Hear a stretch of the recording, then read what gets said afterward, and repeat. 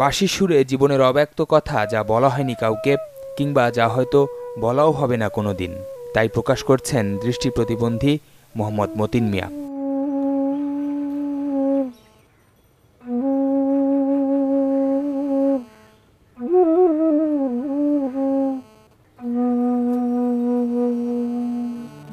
শারীরিক প্রতিবন্ধকতা রুখতে পারেনি তার জীবনযাত্রাকে।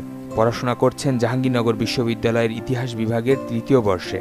বিশ্ববিদ্যালয়ে ভর্তি থেকে শুরু করে এখন পর্যন্ত তাকে নিবিড় সহায়তা দিয়ে যাচ্ছে বেসরকারি স্বেচ্ছাসেবী সংগঠন পিডিএফ বা ফিজিক্যালি চ্যালেঞ্জড ডেভেলপমেন্ট ফাউন্ডেশন। আমেরিকার সংক্ষিপ্ত পরিচিতি।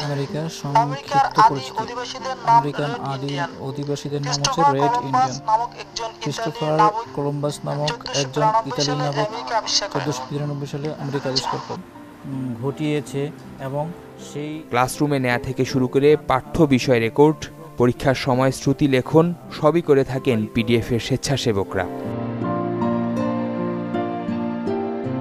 এখানে এসে হচ্ছে ইতিহাসে ভর্তি হলাম এবং এখানে ভর্তি হওয়ার পিছনের গল্প হচ্ছে পিডিএফ। ঠিক আছে, আমি আগে আসলে মানে ভার্সিটিতে ভর্তি হব কিভাবে, কেমনে কি করব, আসলে আমাদের জন্য কি কি ফ্যাসিলিটি আছে ভার্সিটিতে সেটা আসলে ওভাবে জানতাম না। সবভাবে পিডিএফ আমাকে অনেক হেল্প করছে। ওদের ক্লাস শুরু হয় অর্থাৎ লেখাপড়া শুরু হয় তখন থেকে ওদের পড়ার জন্য রেকর্ডিং, ওদেরকে ক্লাসে নিয়ে যাওয়া, নিয়ে আসা, ওদের ভালো মন্দটা খোঁজখবর নেওয়া, ওদের এক্সামের জন্য শ্রুতি লেখক জোগাড় করে দেওয়া, বা আমরাও তো সর্বোত্তক ওদের সকল ধরনের প্রবলেমের ফেস জন্য আমরা চেষ্টা করি সলিউশন করার জন্য।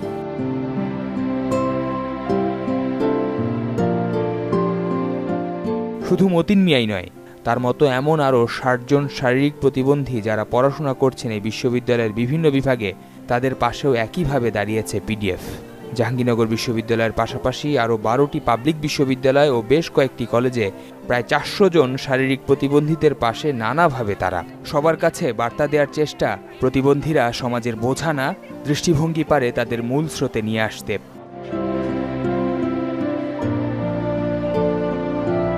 যে মানসিক সহায়তা হোক, যে তারা যেন বুঝতে না পারে যে তারা আমাদের থেকে আলাদা, এটা তো সবসময় আমাদের চেষ্টা রয়ে গেছে। আমরা সবসময় চেষ্টা করছি যেন তারা আমাদের একজন হয়ে থাকতে পারে। মনের তৃপ্তির জন্য একটা তাদের আত্মতৃপ্তি তারা এখানে পায়, এছাড়া আর এদেরকে আমাদের দেওয়ার মতো কিছু নাই।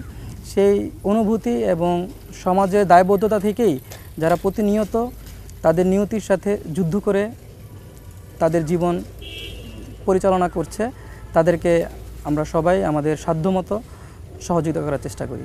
আমার এসএসসিতে রেজাল্ট ছিল জিপিএ 4.00 এবং এইচএসসিতে জিপিএ 5। প্রথমে যে আমি ভেবেছিলাম আসলে হয়তো হোঁচট খাবো, কিন্তু তা না।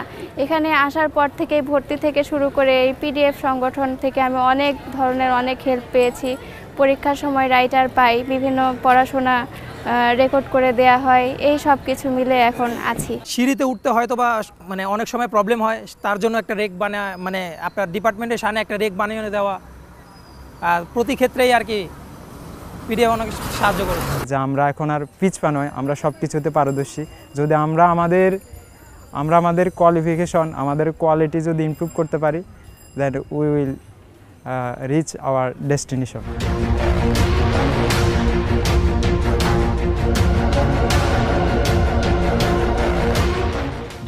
সালে শুরু করা এই স্বপ্নযাত্রায় এখন স্বেচ্ছাসেবকের সংখ্যা প্রায় ৩,০০০।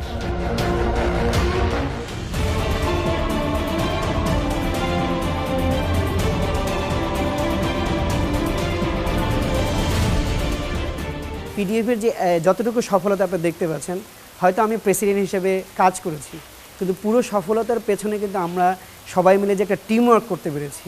কারণ আমি কাজ করতাম তখন জাহাঙ্গীরনগরে, কিন্তু ঢাকা বিশ্ববিদ্যালয়ে যেমন দীপু, মাসুম, খোকন ওরা কাজ করতো। অন্য বিশ্ববিদ্যালয়ে ইংলিশ মিডিয়াম স্কুলগুলোতে, প্রাইভেট ইউনিভার্সিটিগুলোতে আসিফ, আহনাব, আদনান ওরা কাজ করতো।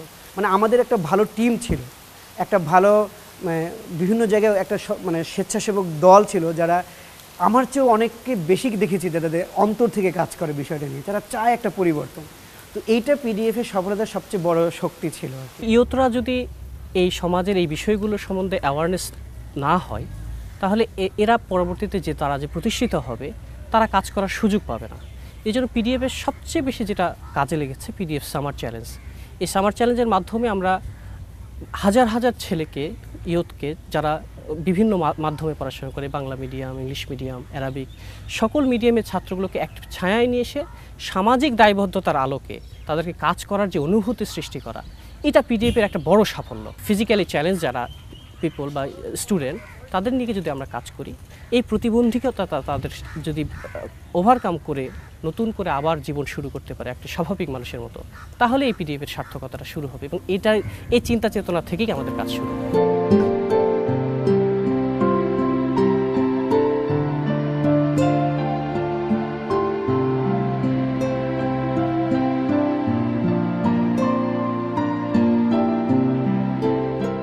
শুধু শিক্ষা জীবনে নয়, পড়াশোনা শেষ হবার পর কর্মক্ষেত্রে যেন পিছিয়ে না পড়ে প্রতিবন্ধীরা, সেজন্যেও জোর তৎপরতা রয়েছে তাদের।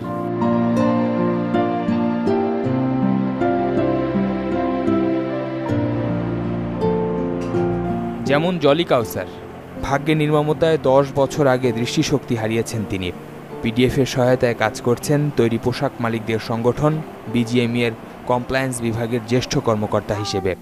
4 4 4 4 একসাথে 4 5।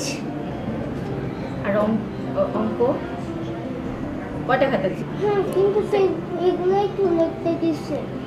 আবার এগুলো লিখতে দিছে? হ্যাঁ।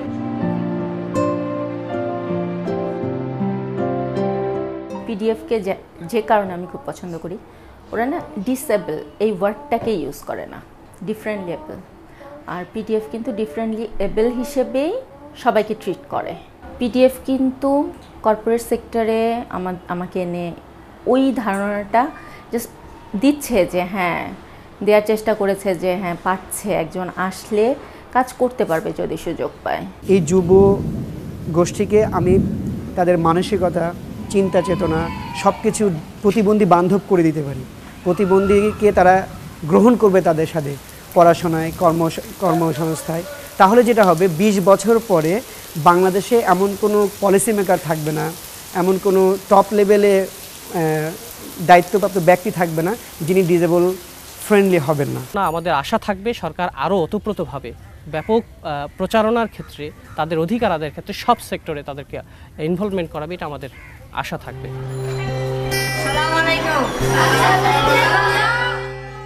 দেশের মোট জনসংখ্যার 16% শারীরিক প্রতিবন্ধী। আনন্দ লোকে মঙ্গলালোকে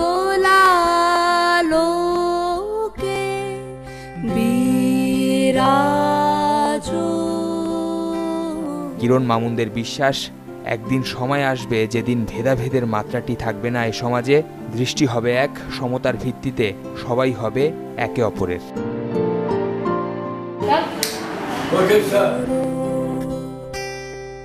মহিমা তব উদ্ভাসিত মহাগগন মাঝে, মহিমা তব উদ্ভাসিত মহাগগন